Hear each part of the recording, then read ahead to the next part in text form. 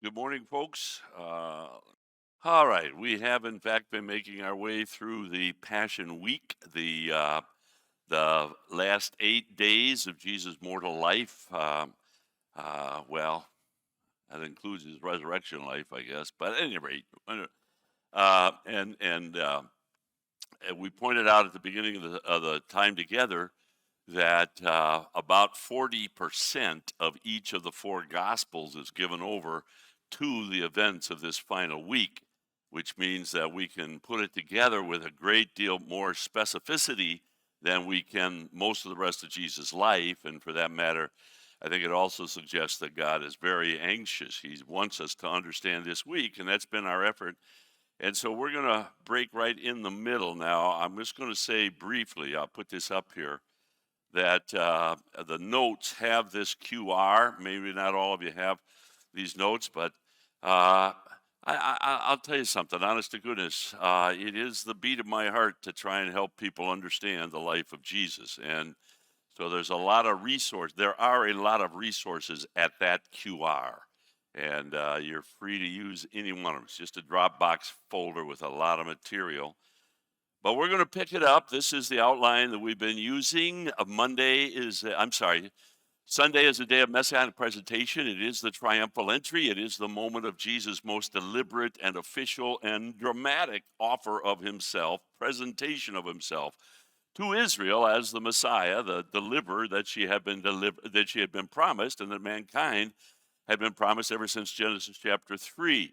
It didn't happen by accident. Jesus made it happen. We trace those events by which Jesus alerted the city to his coming and so on.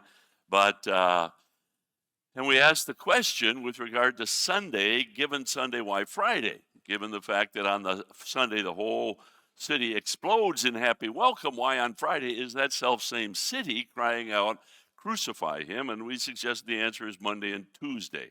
Because on those 2 days, Jesus, I call them messianic proclamation, but those 2 days, Jesus, number one, asserts and demonstrates his messianic identity and authority in the most dramatic fashion. First of all, by cleansing the temple a second time, and then by taking possession of it. And every Jewish mind, every Jewish person understands that Malachi says that the Messiah, the messenger of the covenant, will come suddenly to his temple, and he takes control of that 36-acre temple for 2 days and takes on all comers and puts into silence and open debate and goes to the scriptures to prove his messianic identity. But then, as he leaves, he pronounces upon the Pharisees, the people who are most revered by the Pharisees, are the company that's most revered by the common man. And of course, they taught a gospel quite simple. It wasn't a gospel, it wasn't good news at all, but their message was that the way to assure participation in the messianic kingdom to come is to keep the law. And Jesus came to confront that. And so as he leaves on Tuesday afternoon, he pronounces these excoriating woes upon the Pharisees and their buddies, the scribes. Woe unto you, scribes and Pharisees, you hypocrites, you're like so many whited sepulchres, and so on. And in so doing, he puts the most unmistakable and important distance between himself and the Pharisees, and he leaves the city with the decision, it's me or the Pharisees. You can't have me on your terms. You make a choice. And they have a few days to deliberate that. And Wednesday is a silent day, but they are busy preparing. There's a plot laid, you need to know this, there is a plot laid late on Tuesday night. It is explicit in both Matthew 26 and Mark 14. Judas sneaks off. The Sanhedrinists, the Jewish leaders, have despaired of getting Jesus dead during the feast, though they are hungry to do that, until Judas shows up and says, I can help you do that. And he was hired to help them arrest Jesus in the absence of the multitude, because it was the wild-eyed, albeit superficial popularity that he enjoyed with the multitude that protected him from his enemies. So a plot was laid to arrest Jesus in connection with the Passover on Thursday night. And that plot was put together on Wednesday, and then on Thursday, a day of messianic preparation, we called it. First of all, preparation of the apostles by Jesus in the discourses of John 14, 15, 16, the prayer of chapter 17, and so on. So in the upper room, and as he makes his way down across the city to Gethsemane, you have the preparation of the disciples, and then, of course, Jesus works very, very hard to get those few minutes with his Father in the Garden of Gethsemane to prepare his own soul spirit for what was to come.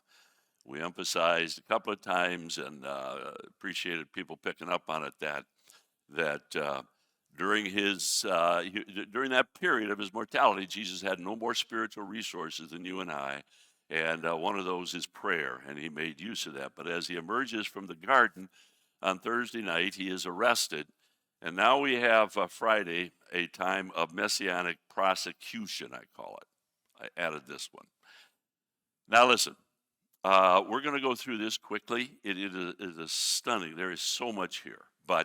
And I'm going to just say again, a lot of this, there's more material very accessible at that file folder. And as I said yesterday, I can only give my stuff away, okay? So I'm not saying that this is the best there is, but this is the best I can give you. But my prayer, honestly, is that perhaps just the time we have together will excite you about this, because it's just bottomlessly blessed to spend time with all of the events of Jesus' life, to be sure, but of the Passion Week, and especially the trials. Not especially, but notably, worthy of remark is the drama of the trials. And so, all right, so let me walk you through them. And let me give you, first of all, I'll give you the short course. And I'm going to, again and again, refer to the hearings before the Sanhedrin as a trial. It's not exactly a trial, I'll point that out. But let's just say there are two basic trials, the Jewish trial and the Roman trial. The Jewish trial is not about trying Jesus. It is about coming up with a charge, with an indictment. Now, I'll talk about that in just a minute. And then once they have an indictment, and the indictment is this. Now, I think you know this, but let's just calibrate our heads very carefully in this regard. The Sanhedrin plot is to persuade Pilate that Jesus is a seditionist. He is a rebel. He is a threat to Rome. And Rome cannot tolerate that. And let me tell you, Pilate can't tolerate that. He's got to deal with that. If there's a credible threat, and you got the most important leaders in the Jewish world right there in Jerusalem, and they're insisting that this Nazarene is a threat to Rome. So they have to persuade Pilate that that's the case, and then they take him to Pilate, and Pilate actually tries him legitimately. I'm going to tell you something. Hold on to your hats. Pilate is a hero of mine. I'm confident we're going to see him in heaven, okay? Now, that's not the way he's usually portrayed, but see if I can talk you into it. But the thing about it is, Pilate, he's always regarded as some sort of rogue and so on. He handles himself with absolutely stunning nobility and integrity and honesty through this whole thing. But at any rate, his job, and it's a legitimate task as the Roman prefect, is to determine the guilt or innocence of Jesus against the charge of that he's a seditionist. So now, those are the two. In each case, there's sort of three stages. And I'm going to walk through the Jewish hearings. It's really more of a grand jury almost. You know what I'm saying? That's their job, but there's nothing, they've decided that Jesus is guilty. But all right, so let me take you through them. Here are the three stages of and I'm just going to walk you through them. The three stages of the Jewish trial hearings and so on. And let's set the scene, by the way. I said that on Tuesday night, the plot was laid to get Jesus, this is the plot, to get Jesus arrested, that's happened, tried, sentenced, and on his way to execution before the city wakes. That's what you have to understand. This is all about getting it done at night. Why? Because both the Jewish and the Roman authorities have Sunday, Monday, Tuesday ringing in their ears, which is to say They are absolutely convinced, and legitimately, I mean, they are convinced that if the city wakes up and finds out that Jesus is on trial, there'll be a riot. Remember, they welcomed him as their Messiah on Sunday. They cheered him on Monday as he drove the money changers off the temple.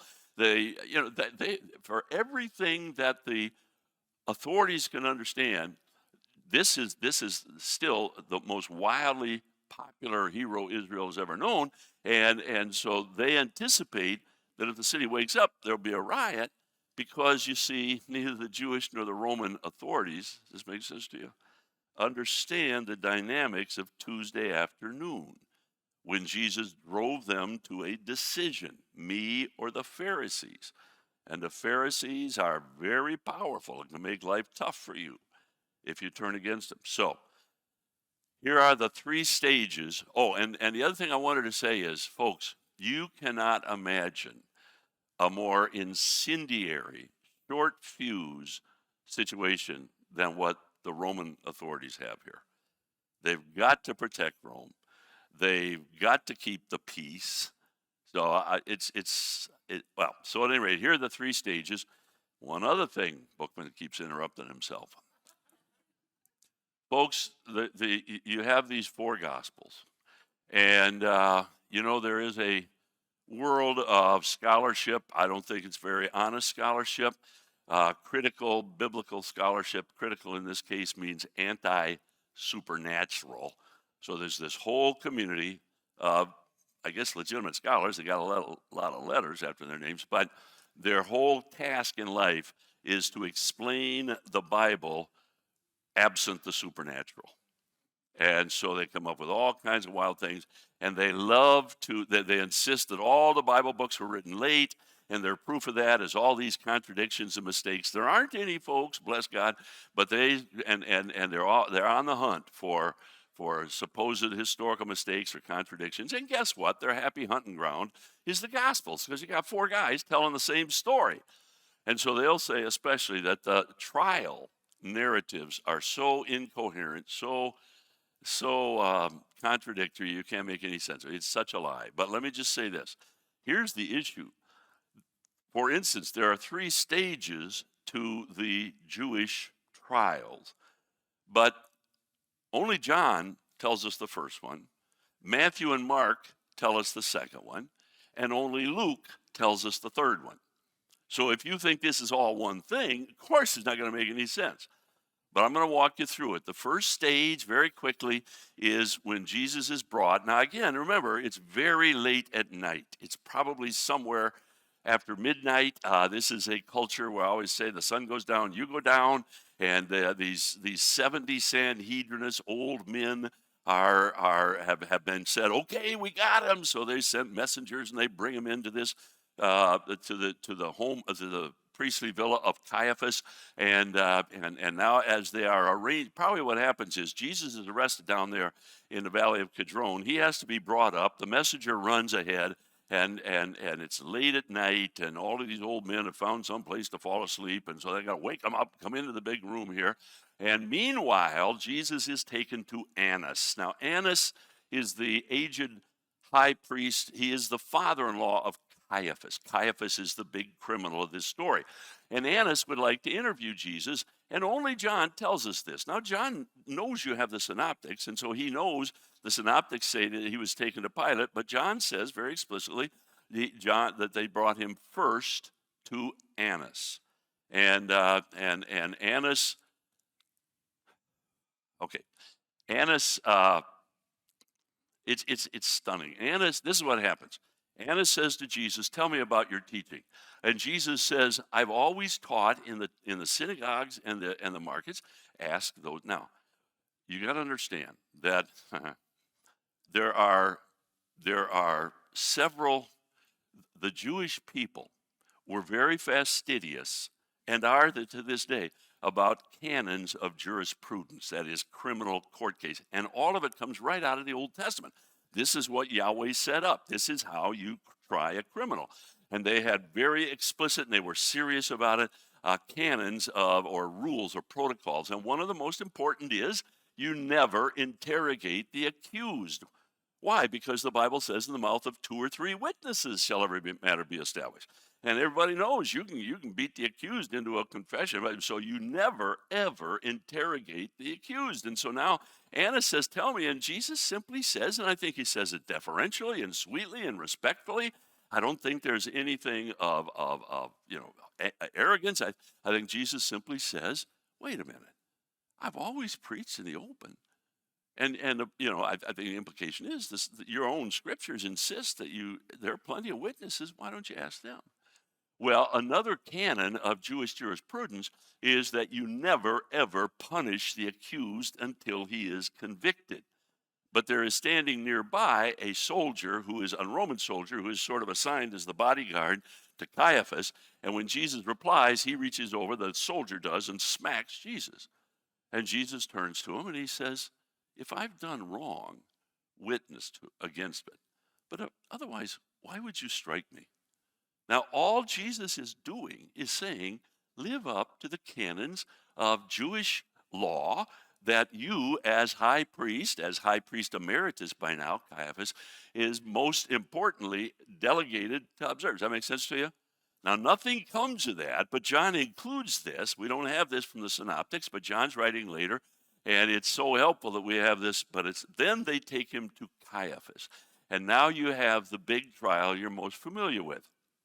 And this is when they bring witnesses and they lie. And by the way, another canon of Jewish jurisprudence, it's explicit, is that if in a capital case, that is a case which, if the man is convicted, he's going to be executed, if two witnesses disagree, immediately the case is thrown out of court. And it says explicitly that another canon is you can never have a trial in a private home. It has to be public where people can see it.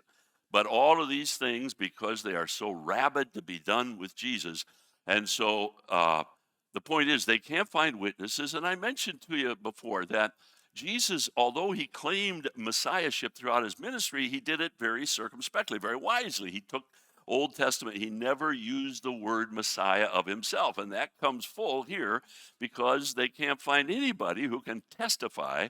And by the way, they know they're going to have to take this to Pilate. And they know that Pilate is not happy with this. He knows it's only because of envy. And so he's not just going to roll over for this. And so they want it airtight. And so they got to have witnesses, and they can't get anybody. So finally, Caiaphas, and this again is totally wrong by Jewish jurisprudence. He sets Jesus before him. He calls Jesus, and he puts him under oath. "I adjure thee by the living God, tell us, are you the Christ, the Son of the living God?" Now, as we said, that's exactly what Jesus and Caiaphas knew, that's exactly what Jesus claimed. And I think it's a very, very clever, if absolutely illegitimate, tactic to finally get, well, and I don't think Caiaphas had any hope, but to his delight and surprise, tell us, are you the Christ, the Son of the living God? And Jesus said, I am. Absolutely. He emphasized it. It is just as you said. Well, the whole Sanhedrin rose up as one and began to carry. When you see someone commit an awful crime or blasphemy, you're supposed to tear your garment and wail and so on. So, and they all, so now we got him. So now understand, this is very early, and they figure, now we got him.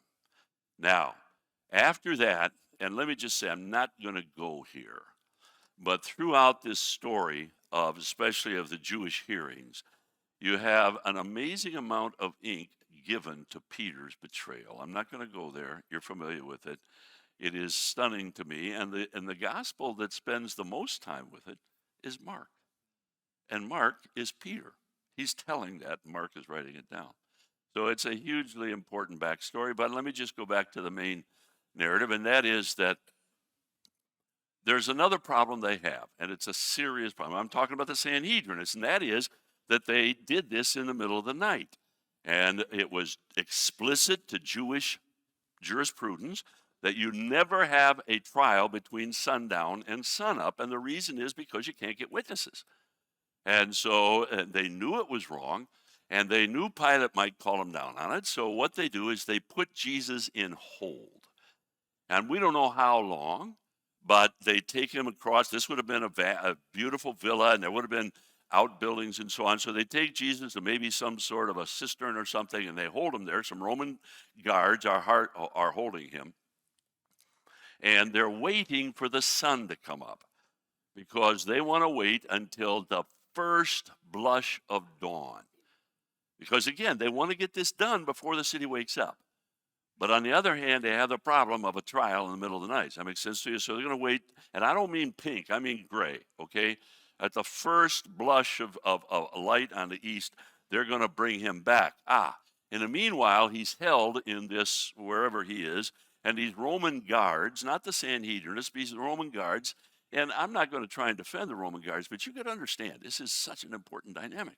These Roman soldiers who were assigned here, they knew what sedition, what Jewish sedition looked like, how ugly and difficult it was. And they don't know anything except for an order came down. There is a seditionist, the Sanhedrin, the most important guys in town. They say this guy's a seditionist. So from the Roman standpoint, this guy is a seditionist in the Sanhedrin. So they misuse him. They blindfold him, and who, if you're really the Messiah, and they cuff him. So now, as the sun is just beginning to rise, they drag Jesus back across the courtyard. Now, let me just stop real quickly, because you're familiar with this story. What is also going on just as the sun is rising, or to say it another way, just as the roosters begin to crow. So Peter has found his way into that same courtyard. He's warming his hands. Jesus dragged on. He's already denied Jesus twice. And now a third time he takes an oath and says, no, I never knew him. And at that moment, while the words are still falling from his mouth, a nearby rooster begins to crow, and he looks and sees Jesus, or Jesus looks upon him, and Peter goes out and weeps bitterly. All right, leave that alone. But now Jesus is taken in, and you have the third stage, and this is only recorded in Luke. Both Matthew and Mark make reference to it, but Luke tells us the story of how they brought him in at the first blush of dawn, and I have worked on this. I would say it's about 4:30 in the morning. And I've sat in a rooftop and waited till I could see a little bit, and I've, in that season of the year. But here's what we're up against. John says, all right, so they're going to take him. Well, Pilate is going to turn Jesus over at 6 a.m., John 19:14. That's explicit. So we got a pretty tight, and then, of course, Mark says he's going to be on the cross at 9 a.m. So I would say about 4:30 in the morning. You got one more brief stage of the Jewish hearing, and then he's going to be taken to Pilate, and you got that entire drama we're going to talk about. So they bring Jesus in again, and this time there are no witnesses, and they just do the same thing. They say, I love this. They say, tell us. All right, short quiz, think. Jesus claimed to be the Messiah. He claimed to be God come in the flesh. Which of those two claims is most intrinsically offensive to a Jewish mind? Come on. It's deity, right? That's what's going to. All right. But which of those two is most germane to this situation? All they want to do is get him to say he's Messiah, king, because then he can take that. They can take that. So they say to him, they get him in, once again, very quickly, and they say, tell us, are you the Christ? And Jesus says, no, I'm not going to confess to that. Okay, are you the Christ, the Son of the living God? And he says, I am. It's fascinating that Jesus would not have the record confused. What he claimed to be was Christ, the Son of the living God.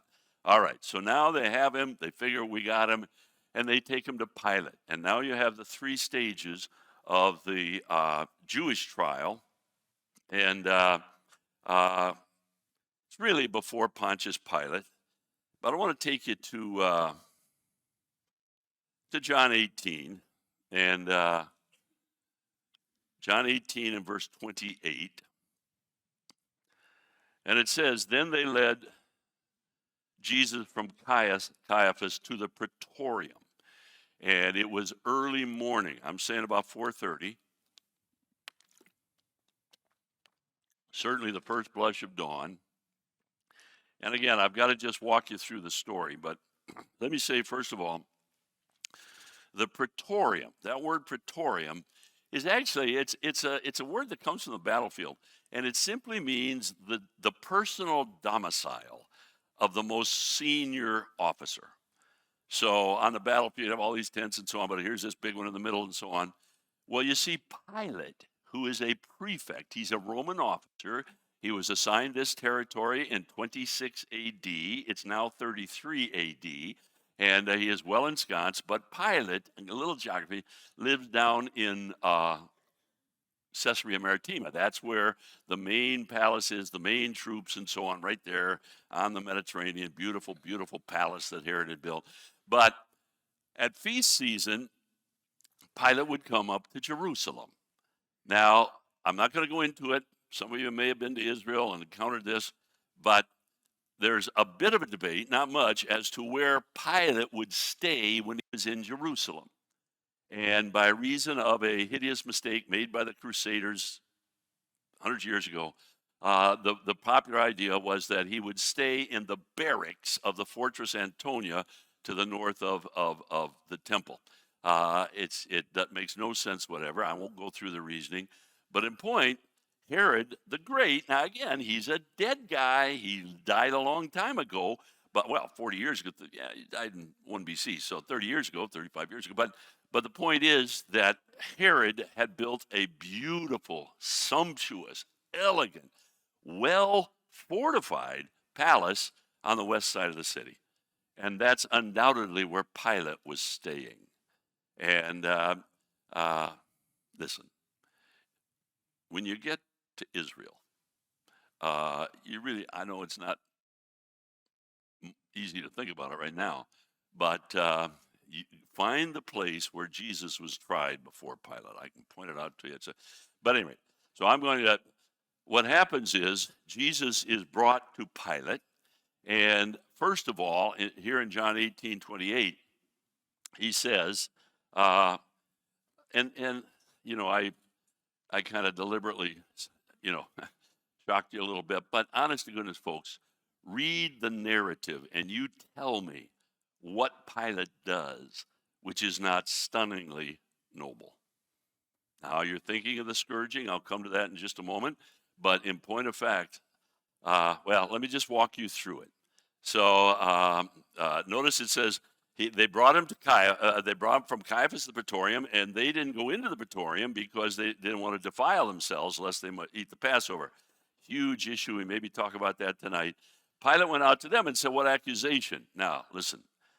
When you go to the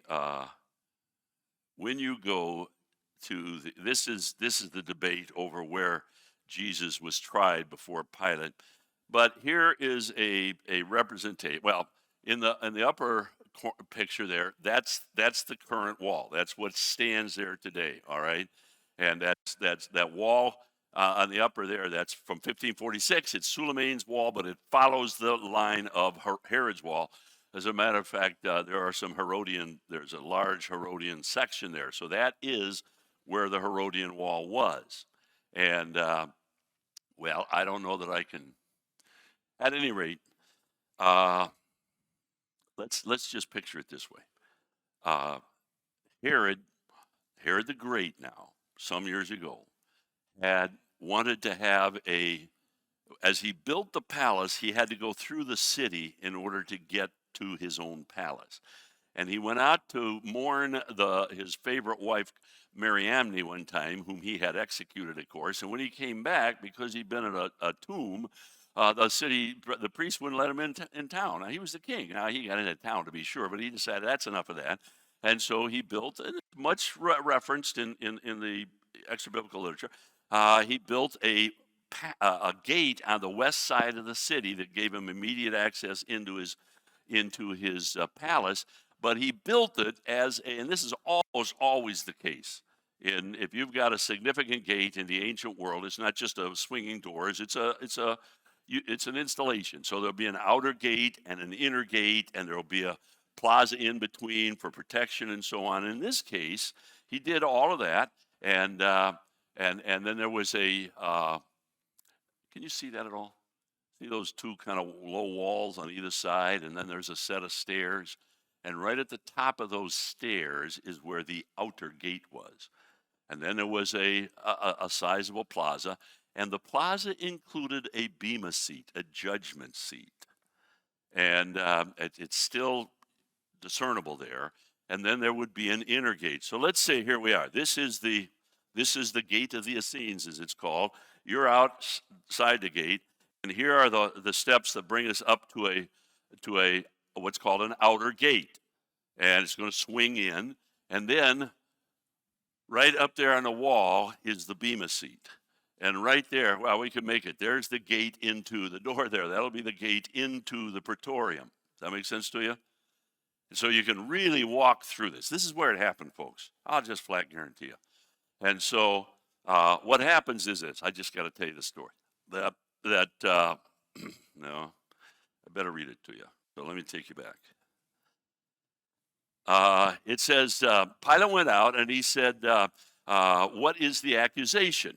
And then in verse 30, they answered and said to him, if he weren't an evildoer, we wouldn't have delivered him up to you. Now, the idea is that we got to get this done. The city's going to wake up soon enough, for heaven's sakes. The sun's started to come up. And besides that, I think without a doubt, Pilate's agents had met with the Sanhedrin's agents, and some money had changed hands, and it was all arranged. We're going to bring to him, you just pronounce him guilty, off we go. And Pilate is not playing by those rules or that agreement. So when they say, if he weren't an evildoer, we wouldn't have delivered him. And Pilate said to them, well, you take him in judgment according to your law. You go do it. And they say, it's not lawful for us to, you know very well, we can't put anyone to death, which is a hugely diagnostic statement, because this is not about determining the guilt or innocence of Jesus. It's about getting him dead. And they confess that. Now, here's a curious thing, and this is why I'd encourage you to rethink the man Pilate. During Jesus' what's going to happen is during this entire trial before Pilate, and it has these three stages. First of all, I'll just walk you through it. First of all, Jesus is going to be interviewed privately by Pilate, and then he's going to come out, he's going to announce the man's innocent.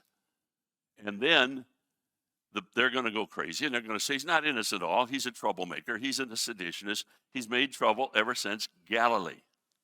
Well, when Pilate hears the word Galilee, he thinks that's not my jurisdiction, and I don't need this hot potato. And the guy who is in charge of Galilee, Herod Antipas, is also here in town. Matter of fact, I think he's just a few feet away. So he sends Jesus to Herod Antipas, a son of Herod the Great.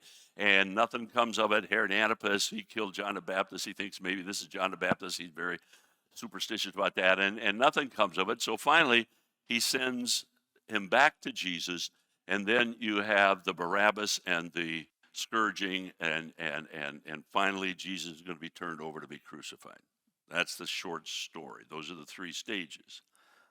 All right, so to come back to it, what I wanted to say is, through that entire series of events, the whole drama before Pilate, Herod, Jesus never speaks.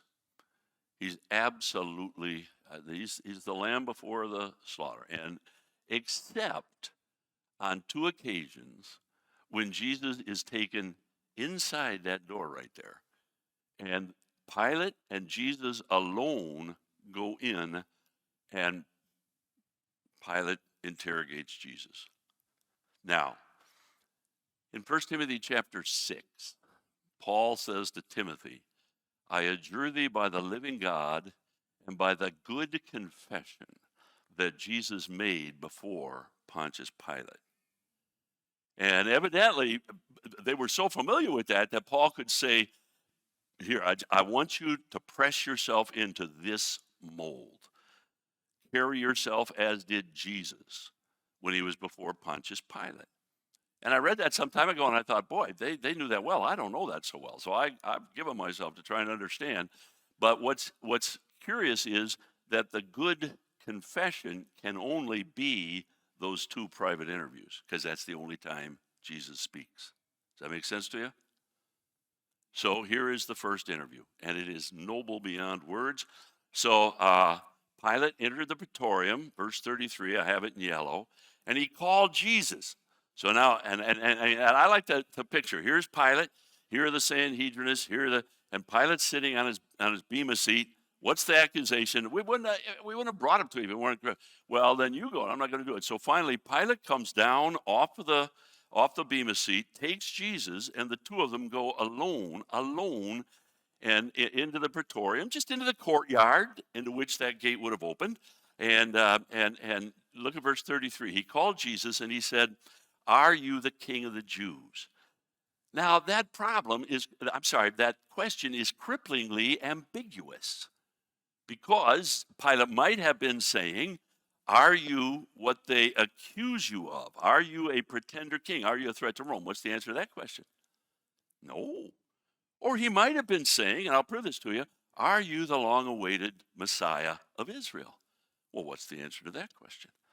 And this is one of those places where I think we can absolutely surmise that the Spirit of God did not give Jesus the capacity to read Pilate's mind. And so Jesus has to ask. And he's jealous for the truth. And he wants everything that's said here and everything that comes out of it to be absolutely true. And so Pilate has asked him a question that's terribly ambiguous. And so Jesus says in the next verse, "Are you speaking for yourself about this, or did others tell you this concerning me? Are you asking me who I am, or are you asking me if I'm guilty of what I've been accused of?" And Pilate says, "Am I a Jew?" Now listen, honest to goodness, there is nothing about this narrative that suggests that Pilate is some sort of an unfeeling, cynical, unprincipled. I know that's the way it's always read, but there's nothing about it. So people are, "Am I a Jew?" No, he says, folks, he's got the hottest hot potato in human history here, and he's got to decide. And I'll tell you something, I think Pilate is something of a seeker. Certainly his wife is.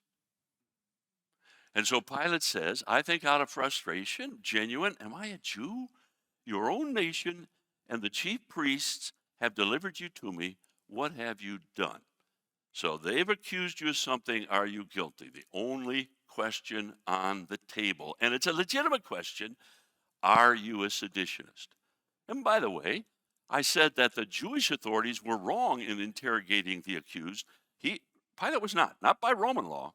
Unless you're a citizen, it's perfectly legitimate. Everything he's doing here is perfectly legitimate by Roman law. And I think not just legitimate, but noble. He's got a responsibility to protect Rome. And so he says, "What have you done?" And now the question is, are you a seditionist? Now listen, I won't go into this at all. But if you've got an amillennialist friend, and I got plenty of them, and he drops his Bible, it's going to flop open to this verse. You know what I'm saying? This is their verse. This is as misused a verse as there is in the Bible. And it disappoints me not only because it's being misused, because it is so magisterial. Because Jesus' reply is this: "My kingdom is not of this world." Now, if you wonder what he means by "not of this world," it wouldn't hurt to read the next sentence. Because he says, "If my kingdom were of this world, my servants would fight so that I should not be delivered to the Jews. But my kingdom is not from here. It doesn't come in this way." Now listen. After this interview, Pilate is going to come out, and for the first of 5 times, he is going to absolutely insist that this man is not a seditionist. Against every tendency, every reason to simply cave in, Pilate it's stunning, the degree to which he says the man is innocent. How came he to that persuasion? There's only one answer. It was this argument. Jesus simply said, and every Roman authority knew a lot about what Jewish sedition looked like. In every case, the seditionist finds himself a little militia, and he goes down in the Jeshimon, and he finds a little out, a fastness, and he falls. They come out and they fall on the Roman troops, and they fall on the Roman armories, and they fall on the traveling. And Jesus simply says, "Mine, my kingdom is not of this world. If it were, my servants would fight." And that's an absolutely undeniable truth. That's what sedition looks like, definitionally. And I picture Pilate maybe standing there for a moment and saying to himself, he's been going up and down the countryside, making the claim to be the Jewish Messiah for 3 years. There's not been one of his followers. By the way, this is why it was so important for Peter to put the sword away last night, so Jesus could make this argument this morning. But I think Pilate thought there's never been one of his followers. There are thousands and thousands of them. They're probably the best Roman citizens I've got. And Pilate just thinks he's absolutely right. You'd have to be insane to insist that this man is leading a sedition. It's not like he doesn't have any history. He's got deep history with us. And there are tons and tons of factual evidence. And all of it says, no, this man is not leading a sedition. That makes sense to you? Now, what's curious, I got to be done, but what's curious is this, that Pilate goes on to say in the next verse, oh, I love this. Jesus makes that, and then he says, are you a king then? Now, what is he saying? He's asking, are you the Messiah? In other words, this doesn't have anything to do with the legal proceedings. That's taken care of now. Pilate's satisfied. He's not a seditionist. Now, I've got to be quick, but what's going to happen then? Jesus says, oh, listen, I love this. I'm going to tell you something. Jesus was a premillennialist, okay? And he says, oh, I love this. Folks, I am so hungry for the kingdom. Heaven's a nice stopover, but oh, for that day when every knee bows and every tongue confesses that Jesus is the Christ, when the knowledge of the glory of the Lord covers the earth as water covers the sea. So many theologians insist that, is that true here in Allendale pretty much? It's not where I come from. Let me just tell you something, but it's going to be. And Jesus says, you say rightly that I'm a king. It was for this purpose that I was born and came into this world. And he says, I better read it. I have come into the world that I should bear witness to, and I would read it, this truth. It has the article. The article has demonstrative force. I don't think just philosophically bear witness to the truth. He's talking about, you've just asked me, am I a king? You bet. And it's for that purpose that I came to bear witness to this truth. And then he says, everyone who is of the truth hears my voice. All right, I'm going to just survey. What happens is Pilate says, and again, people, oh, what is truth? I think Pilate is saying, what is truth? I mean, this is not a philosophical, theoretical question to him. He's got to decide whether he's going to put this man to death. And so he really is, but now he's convinced. And so, as I say, he comes out, goes up to his bema seat. Of course, the Sanhedrin, they're just, he's going to, we got him now. And Pilate says, the man is innocent. I find no fault in him. And as I say, the Sanhedrin, the accusers, they go nuts ever since Galilee, now into Herod Antipas. By the way, I think we got a real time constraint here from about 4:30 to 6. So a lot of people have Jesus going off to some palace that never existed and so on to Herod Antipas. Who was Herod Antipas's daddy? It was Herod the Great. Where did Herod Antipas grow up? Right here in this palace. He's got he may have the same posters on the wall. You know what I'm saying? So the point is that I think they just take him across the little ways and not much happens. So they bring him back while Jesus is off to Herod. Pilate he's sitting there on his bema seat, and guess what? You folks start to show up. The city starts to wake up. And can you imagine with what wildfire speed the message ran through this swollen city? This one whom we welcomed as king and celebrated as Messiah early this week is now on trial for his life on the west side of the city, and it's totally open. And so they become, and I think Pilate is sitting there, and he comes up with an absolutely brilliant strategy to get out of this mess. He thinks, these people love Jesus. I know they do. So I'll ask him to choose between Jesus and Barabbas. And that way I'll just tell the saying, yeah, sorry guys, they chose. I didn't have anything to do with it. And so now he does put the question to them. The Bible says that the uh, um, Sadducees convinced the people to ask for Barabbas, but he says, who would you give me? Who would you have me give you, Jesus or Barabbas? And I think Pilate was stunned. It's in the record. He was absolutely stunned by the response. But as I say, Jesus had driven them to a decision on Tuesday afternoon. They announced the decision on Friday morning, give us Barabbas. Pilate is absolutely stunned. What do you want me to do with Jesus, who you have acknowledged as your Christ? Crucify him. And very quickly, we're done in 1 minute. What happens is Pilate makes noble efforts to set Jesus free. And by the way, look at Peter's testimony in Acts chapter 3, where he accuses the Jews of that day. You put Jesus to death when Pilate, use a strong verb, desperately tried to set him free. That's Peter's analysis of this. And Paul says basically the same thing later on. So the point is that Pilate tries desperately to set Jesus free, no matter what he says. Now, let me just do this, and then it'll set us up for because in John 19, after the scourging and everything, verse 6, when the chief priest and officers saw him, they bring him out after the scourging. Behold, the man, you're telling me that this man is a threat. And they said, crucify him. And Pilate said, no, you take him and crucify him. I'm in verse 6. For I find no fault in him. Now, that's the 5th time he has. Oh, this is so important. I'll talk about it in the next service. But you take him and crucified. And then they said, we have a law, and according to our law, he ought to die because he made himself the Son of God. That is a key verse. That's why Jesus died, because he made himself the Son of God. And when Pilate heard this, he was the more afraid. And for a second time, he went into the praetorium and he said to Jesus, where are you from? I think what he is saying is, who in the world are you?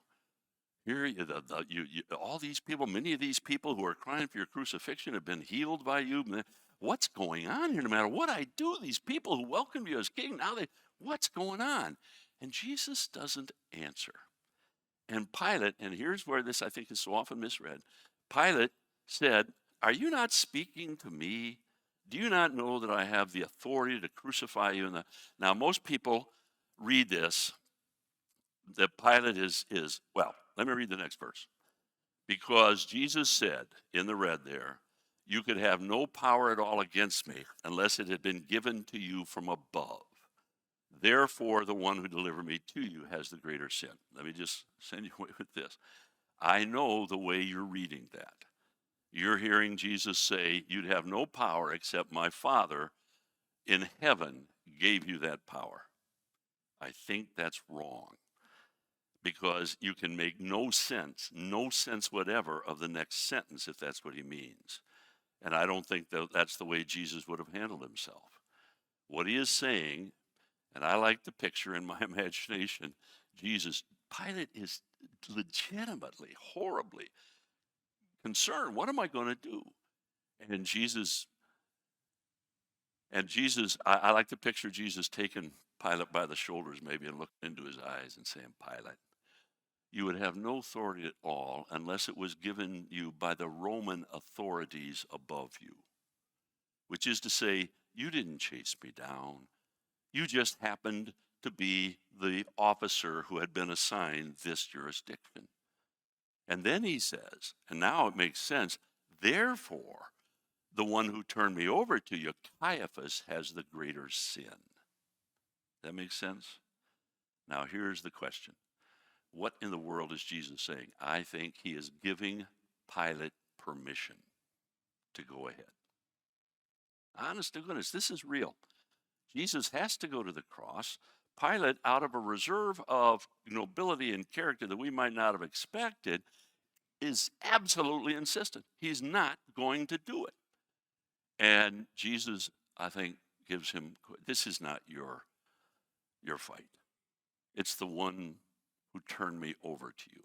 I think that's what Jesus is saying. Now, Pilate goes out again. He tries harder to release Jesus.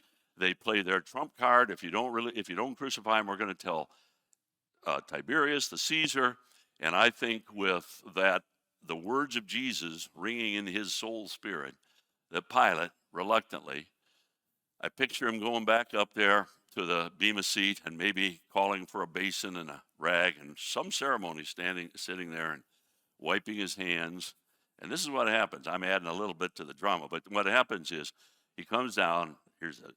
But I picture him maybe going back into the praetorium, and as he does, he hands that rag to one of the soldiers. Okay, I made that part up, but this is what the Bible says. And he turns back and he says, "You do with him what you will."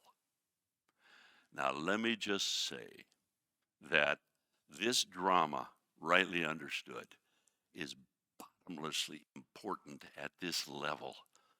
That Jesus went to the cross having been honestly exonerated of sedition again and again by the only man on earth who had the authority to do that, and the only man on earth who had conducted enough of an honest interrogation to come to an absolute, because you got to sort this out. Easter is on the horizon, and you're going to have people say, Jesus died having been convicted of sedition. Oh, no.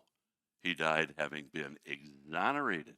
And it's by reason of the nobility of this man Pilate that we have such an extensive part of the record that makes the case that Jesus died a spotless lamb. Even if he was not a seditionist and Pilate had honestly convicted him of sedition, that would be a blot on it. But no, the only man qualified to do so, it says again and again, the man is innocent. And and then you have the coup de grace when Pilate comes out after they've crucified him and puts the titulus, the banner on the cross, and it says Jesus of Nazareth, King of the Jews, in 3 languages. And the Sanhedrin come say, don't write King of the Jews, right? He claimed to be King of the Jews. In other words, right, he was a seditionist. And Pilate said, I'm not doing it. To me, that's a little bit of Daniel 4, if you know what I'm saying, Nebuchadnezzar, So the upshot is, you're going to have to hurry, but the upshot is, honest to goodness, folks, that Jesus, here's the very, very important juxtaposition. On the one hand, Jesus died having been exonerated of sedition in the most undeniable sense, legal in every way. On the other hand, he died the death that Rome had designed for a seditionist. Now that's very important. We'll talk about it in the next service. 3 times Jesus says, when I am lifted up. And he's talking about crucifixion. And it's important that he die by crucifixion. So the record stands that he did die by crucifixion because he was accused of it, and Pilate finally turned him over. But by the same token, he was absolutely proved and declared not to be guilty of sedition. Does that make sense to you? The way the drama unfolds is stunningly deliberate. All right, thank you for that. Let me have a word of prayer. Are we done then, Mark? Father, thank you for the gift of your Son. Thank you so much for the time we've had. And Father, I'd pray that just as we prayed so often, that in a way more, maybe greater than ever before, we'll understand that we have been bought with a price, and it's a dear price. And therefore, our happy opportunity and obligation is to glorify you in all that we do. Help us to that end. Thank you for the time. In Christ's name, amen.